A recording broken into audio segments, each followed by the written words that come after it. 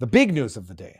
I don't even know if it's big news of the day. Let me see what the Kalshi markets are indicating by way of likelihood of a pardon for one Derek Chauvin. Derek Chauvin, you all know him from such, I believe, wrongful prosecutions as the George Floyd situation. You go through that and you remember the learning curve through that, and you refresh your memory on all of that. You realize, not that you get duped, but how impressionable we are as humans, not in any weak sense, but impressionable as humans. There's a narrative and people formulate initial responses, and sometimes they do not have the intellectual fortitude to acknowledge that their initial reaction was wrong, and instead of course correcting and revising, they double down and shut their eyes and block their ears and say la la la la la. The video of Derek Chauvin kneeling on George Floyd's, what was said to be the neck, but in all likelihood was a clavicle of the shoulder. George Floyd subsequently died. 8.5-minute video. The social media campaign behind that. My initial reaction watching that was, yeah, this is terrible.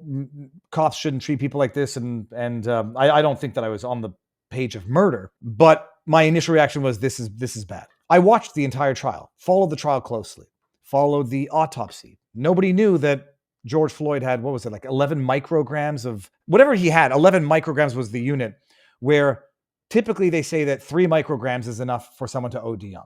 The man had COVID a month and a half or so before, where had there not been any police intervention and George Floyd had just been found dead and they determined that he had COVID a month ago, they literally would have attributed that death as a COVID death in order to jack up their other politically motivated numbers. But because it was a white cop on a individual who happened to be black, well, it became racialized by people who racialize all of these incidents. Some people call them race grifters. Others call them people looking for an excuse.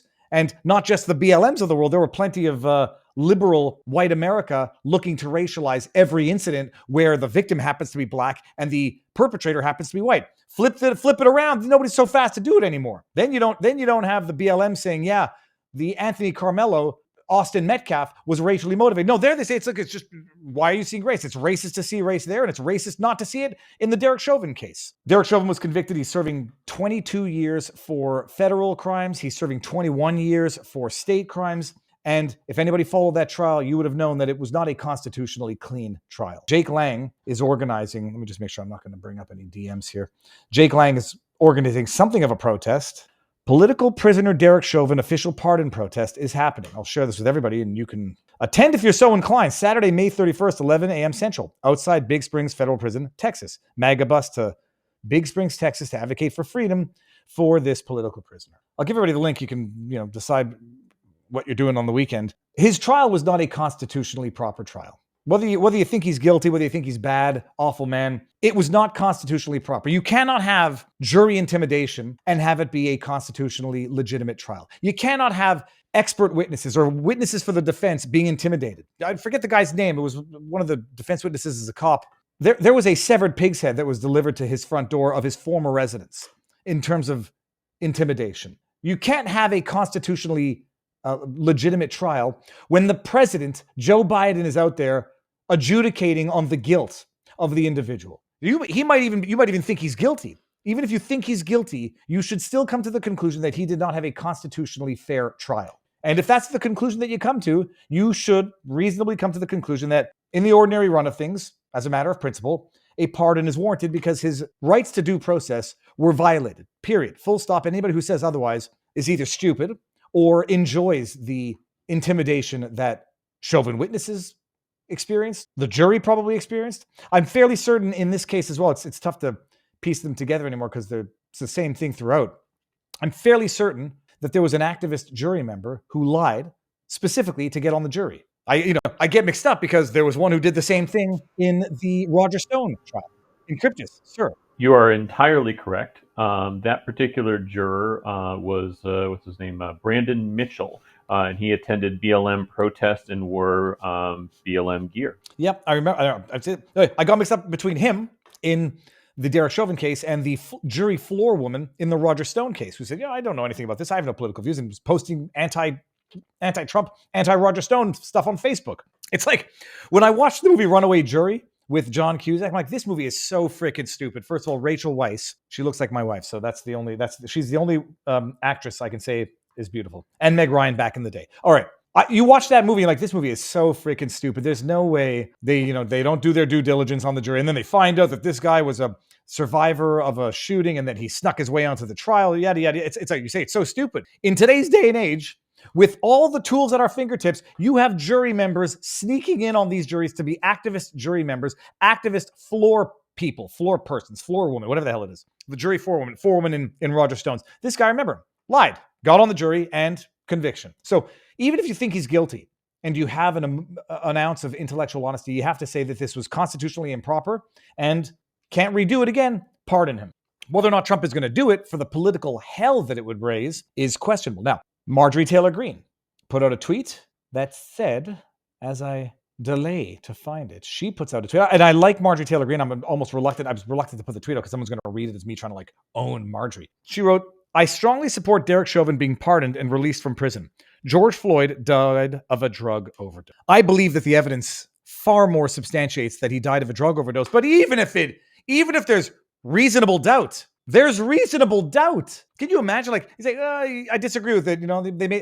There's reasonable doubt that his 11 nanograms or micrograms of fentanyl in his body was the cause of his death and not Derek Chauvin putting his knee on his back or shoulder, especially since the coroner came back and said there was no neck compression or what you'd associate with a knee to the neck. Even if you're not convinced by it, by virtue of the fact that there's a reasonable argument, there is reasonable doubt that should have resulted in an acquittal. Now, my only reason of saying, pardon is going to be political hell, no practical purpose because he's serving 21 years on his state convictions. So even if he gets a federal pardon, he's not getting released from prison. And what are you going to do after that? You're going to go try to get a Harmeet Dillon in to investigate civil rights violations of Derek Chauvin. Politically unpopular case, politically toxic case. And then some people are going to say, well, that shouldn't be a factor in justice. And you're not wrong.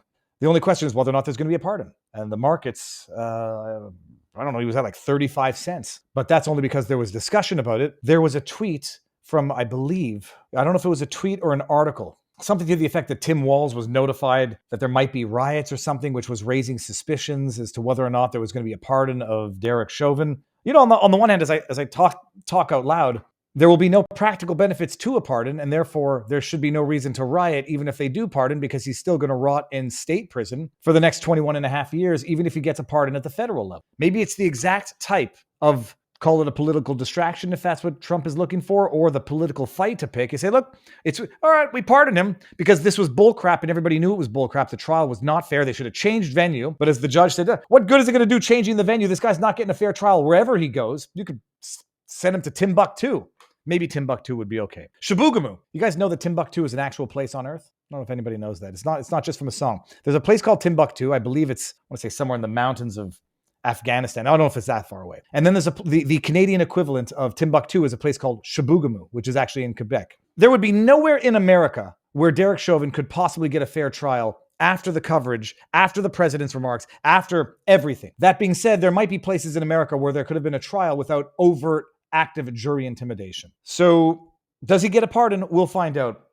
Does he deserve a pardon? The trial was constitutionally improper. Pardon will do nothing. It will exacerbate a great many problems. If there are many people out there who deserve pardons, and then the question is going to be, if you have limited resources for the pardons for people who truly deserve them, for the bona fide civil rights violations that need to be investigated. Tina Peters, Colorado. Dexter Taylor, New York. Ben Souf, Seattle. Go for those. You have limited goodwill, limited resources. The question is whether or not it's a useful employment of those resources to take that stand and raise the hell that a Derek Chauvin pardon would do, given that it would have no practical impact on Derek Chauvin. He might even be at more risk at a state prison unless they transferred him out of the state. Scott Halloween says, Chauvin's GoFundMe is going to be lit. You only get 5 because I'm saving up. Do they even have, what does he need the GoFundMe? I mean, I don't know that he has a GoFundMe, but so that's Derek Chauvin. Does he get a pardon? Flip side, you talk about cases where there's an egregious, in my view, injustice that's been perpetrated. We've talked about it at length, so I won't go into the details. The hallmark signs of political persecution, weaponized persecution in the Roger Ver Bitcoin Jesus case. It's very interesting also, by the way, that these stories are breaking at the same time. In the same day where there's talk about Derek Chauvin being pardoned and the hell that would usher into the streets. I mean, it would be like, I actually don't think it would be as bad as the Summer of Love. I think people on the one hand are kind of rioted out. And on the other hand, I like to believe that the people of the world are a little bit more educated now. On the day when they talk about a Derek Chauvin pardon. The Wall Street Journal comes out with a hit piece lambasting and defaming, as far as I'm concerned, Roger Ver.